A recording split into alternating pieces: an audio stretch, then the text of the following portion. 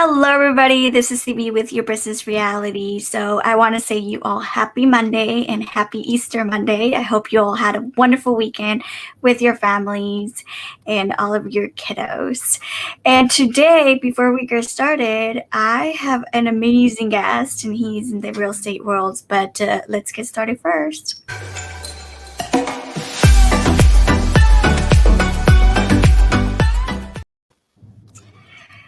Today we have Greg Kuchan, and he caters to his clients' experience. Is one of the utmost importance to Greg. After 6 years of working in real estate, Greg has served 76 clients with over $40 million in gross sales, and the service that extends long past when you receive your keys.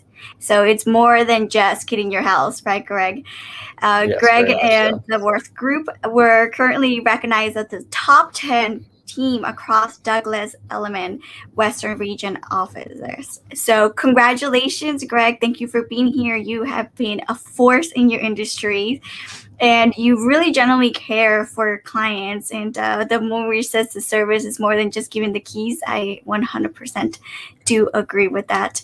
So let's go ahead and get started. I think my first question to you is, what does living your life by your own design mean in the real estate world? Oh, you can't hear me?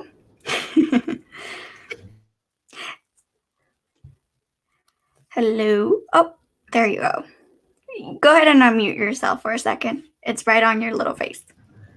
So I lost hearing because someone called me and then my mic was shut off. So let's try that again. Well, welcome. Thank you for being here. And this is what I'm talking about, the real estate world, currently busy. Let's get started with the first question. The title was, living your life by your own design. What does it mean in the real estate world? What do you mean by that? Well, I'd take that more of in like a general statement, but I mean, like it is very much related in real estate. But I mean, in general in life, I mean, our decisions create the scenario that we live in. So, I mean, like specifically in real estate, you could cold call 100 people every single day and work with a whole bunch of random strangers.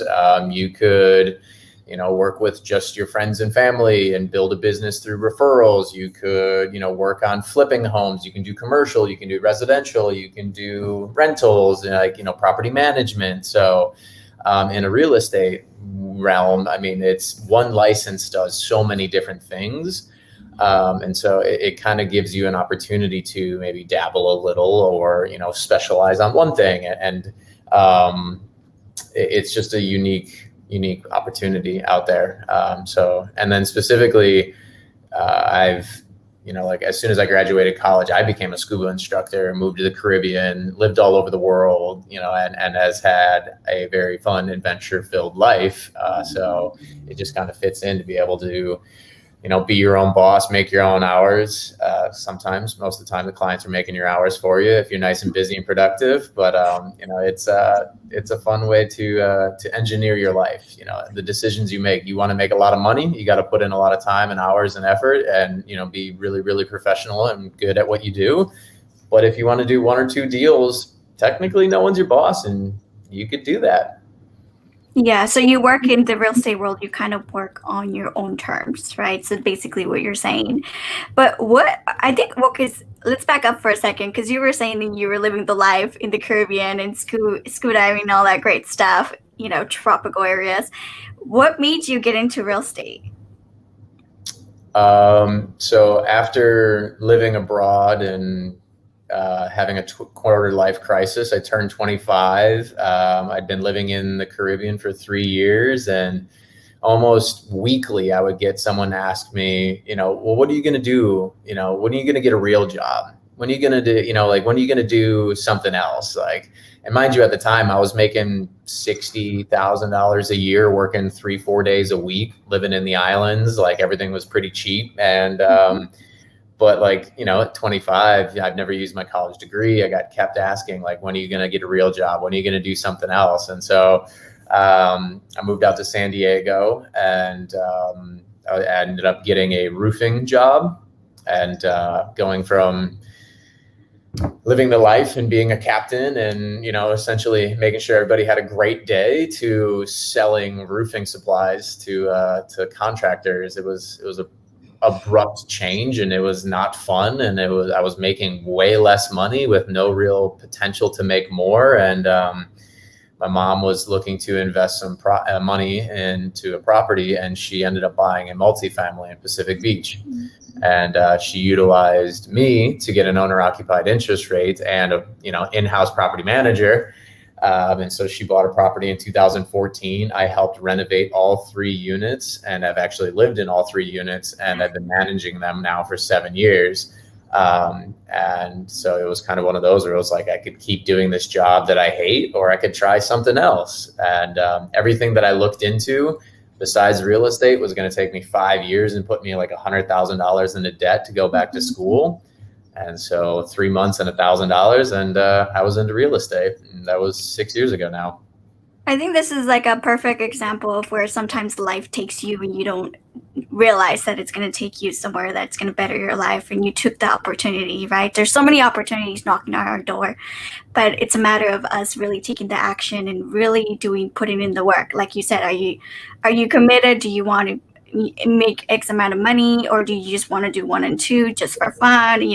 Everybody's life and living situation is completely different. And like you said, in San Diego, obviously our living situation is pretty high. So going from the Caribbean coming back here, I completely 100% understand you, because when I was living in the East Coast and then I came back home, I was like, oh God, my life totally changed and shifted in a different direction. But I think the interesting part was when people are like, when are you going to get a real job?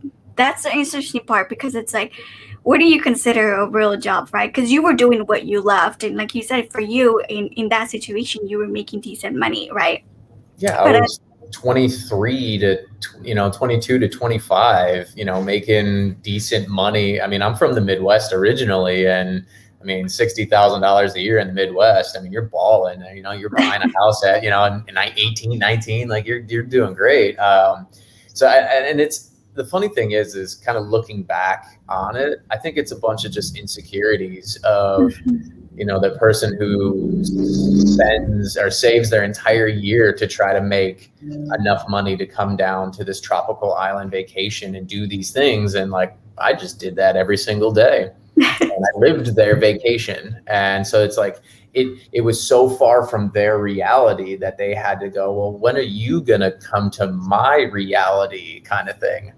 So it's interesting insecurity of the people that you're serving. Yeah, and that's the one thing. It's like it's coming up a lot too. I get told too, like, what are you going to be doing? When I started my marketing company, people were like, what are you doing? Like, you're actually really smart. You can get a really good degree, et cetera, which I did. I ended up finishing up and stuff just for fun, and I started just finishing up for just my personal. I really wanted to just finish.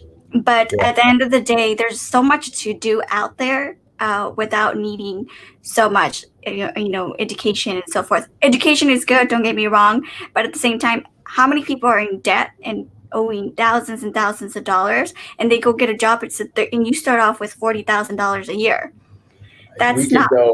We could talk about this for hours upon hours. I mean, I essentially was forced into going into college. I didn't know what major I wanted to be in. I continued to do athletics because that kept me in school. I wrestled in college, and as soon as I broke my neck my junior year and I couldn't compete anymore, I was like, what am I doing here? This isn't what I want to do at all. Like, I have no desire to work in logistics, and then so it's a very interesting thing. Again, like coming from small town, middle of nowhere, like there's only so many number of paths that people are even aware of. And then now, like living in San Diego, I'm living abroad, like doing all these things, like I don't know if I would encourage my kids to say go to college. I mean, there are so many ways to, instead of spending that money on college, like travel or, start a business, there's so many different ways to make money nowadays that you don't have to. If you want to fit in the standard American working box, go to college, go to university. Like if you want to do something fun and entertaining, and college will always be there. Like, the standard boxes you can check later, but go after like something fun, adventure, dream, different, and get after it. Absolutely. Live your life. Just at the end of the day, who cares what everybody says? Live your life and do what's best for you, because everybody's situation is different. So would you say that you are happy with the current situation that you're in with the real estate and, helping your clients and so forth? Because you're still able to help people at the end of the day, right? Yeah, I mean, it's a completely different level of customer service. Like when I was, bouncing around in the Caribbean, it was, making sure they had the best day, the best experience, and walk away with memories that they will forever cherish, right? And so now it's trying to take that same goal, but get them through a highly stressful, one of the most expensive things that they're going to do in their life, and go through it with, the least amount of bumps and lumps. And I mean, we live in California. It's a very litigious state. There's a lot of things that can go wrong. And, choosing a discounted broker or someone who's cheaper just to like think you're going to save money because we're all the same as a real estate agents can cost you a lot of money, a lot of time, and a lot of heartache. So yeah, it's a different level, and it's always just customer service. I'm a terrible salesperson. I'm not going to convince you of anything. I more or less see myself as someone who asks really good questions, lays out all the different potential opportunities that could, come about from these, decisions that you're going to make, and let you make the decisions, and I'll help guide you. But like, I'm never going to sell anybody on anything. Like I can market really well, and I can ask really good questions so that you know exactly what you need to do, and you have the most amount of information to make that decision for yourself. Awesome. That's why we love you. You're so cool. So the next question is, what is your number one focus at the moment with how the market is going? Well, it's twofold, because I mean, you have buyers and sellers, and you kind of have to look at each individual client's portfolio, income level, desires, what style of property that they are dealing with, in order to really truly answer that question. In a general macro scale, we can zoom through it real quick. Interest rates are starting to climb up. And inventory is continuing to shrink. I mean, we're down 57% of inventory from last year to this year, but we're up 15% in the average price of a home. And the number of homes sold are up by 6% as well. So we have less houses available, more houses are selling, and they're selling for more amount of money. So if you're a seller, that should sound like a really, really good time to stick a whole bunch of cash in your pocket and go find something cool or something different, and so we are seeing clients who are, say, moving to different areas, moving to Texas, moving to Florida, moving to Wyoming, or, getting a larger house, because COVID is still happening and people are still working from home, and house and home is very important still. And then on the other end, you have the buyers who, are competing in a competitive market. And so how do we make the buyer stand out compared to the sea of the other offers, so that we get our offer accepted over everybody else, and sometimes without ever paying the highest dollar amount too. So, it's the number one focus is client relationship, because, if I kick ass for you, you're going to want to brag about it to your friends and family, right? Everything else worked out on its own. So I make sure I'm doing my fiduciary responsibility to presenting you all the best information and providing you the best opportunity to be successful. And I make sure that the customer experience is number one, and then everything works out for itself. Absolutely. And then so when you come from a very servant perspective, right? When you serve for the client, everything else falls into place, right? And then people are happy, and like you said, they recommend you and they talk good about you, and then this is where we are today. And so you actually also have some cool social media accounts, and so I'm just intrigued. As a realtor, like you said, there's a lot of realtors in San Diego, and so you kind of have to just play the game and just kind of tell the difference of the type of person that you are, and also be transparent at the same time. But you have some cool like IG social media accounts, and so how do you market yourself to just kind of tell yourself apart, or you're not apart, but maybe be yourself so that people can know what you do and who you are at the same time? Because you do have a fantastic combination of the two. Well, I appreciate that. I don't have anybody managing my accounts. I do all of that myself. So I'm stumbling and fumbling into it correctly on one hand. But I mean, like, there's so much information out there in today's market to find out, ways of presenting the information. But at the end of the day, like, I don't follow a schedule, a calendar, or anything like that. It's what you're seeing is what's happening in my day-to-day life. Like, we have an amazing partnership with Knight Frank. So anytime you see like the bajillion-dollar house in like the south of France or in Australia or anything like that, well, I actually know the agent who's selling that property there. And like, if you really wanted to, I could get him on the phone and, we could talk about buying and selling that property.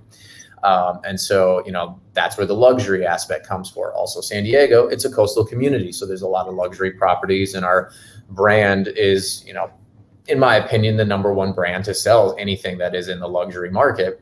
But then again, like, I'm 33 and a lot of my clientele are people of similar age. I mean, when I helped your family member, I mean, we weren't buying a luxury home. We were buying a regular San Diego house, right?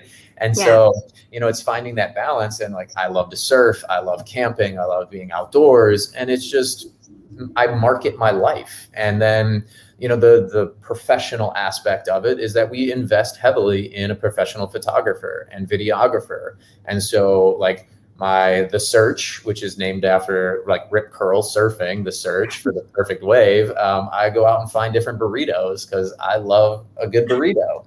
And so I go to different towns and different communities, and we talk about the city and the history of it. Like, and it's just doing what I love. And it makes it a lot easier to work 7 days a week, 10, 12 hours a day, some days, to, put that out there and be consistent with it when you're just showing an extension of who you are instead of trying to curate this fake, image.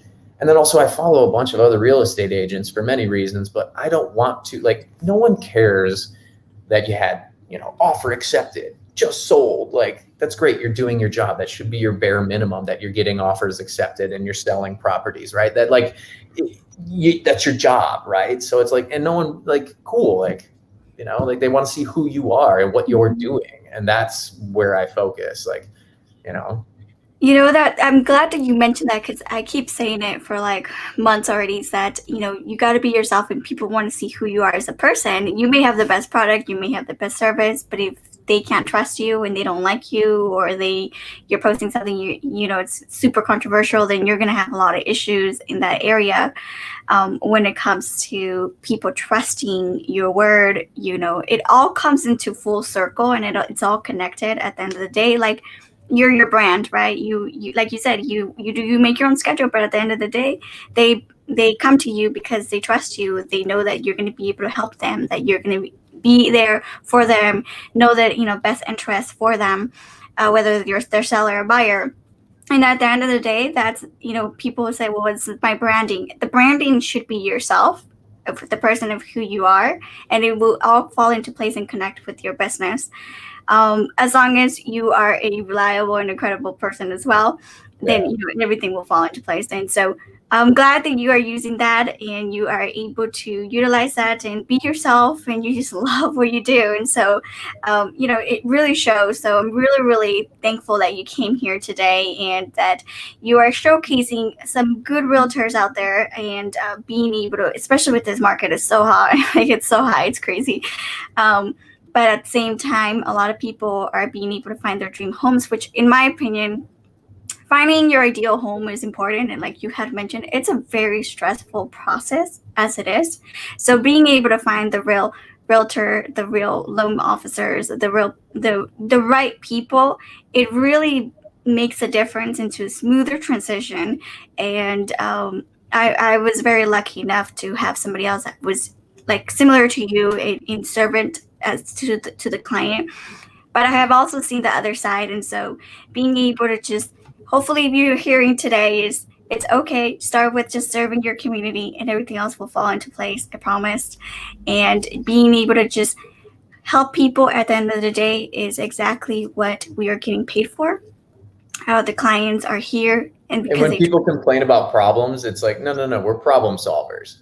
Like, correct. your problem is marketing. My problem is, houses and, people and emotions and psychology. And so it's like, having problems is good. And when you reframe that in your mind, then, you lean into it, and you go forward into like where the problems are, because that's usually where the money is being made. If this was easy, it's easy getting into this market. Anybody can say they're a real estate agent or a marketing professional, but like, the ones who are actually successful are the ones who are leaning into the problems and solving people's issues for them, and people get compensated for that.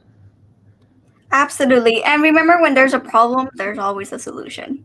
At the end of the day, there's always a way. We just have to look a little bit more in depth in the situation that is happening. And, I don't know if it happens to you, Greg, but a lot of times, a lot of the problem solving that I'm making is not even related to marketing. It's always something else. It's either personal, it's like their business, or it's like family. And I think at the end of the day, any problem solving, being able to adjust yourself into that is going to make you, like you said, not only make you a lot of money, but you will see life very differently, and you will not complain as much, because sometimes you will see that there's bigger problems than your own, and there's always worse out there. So consider that.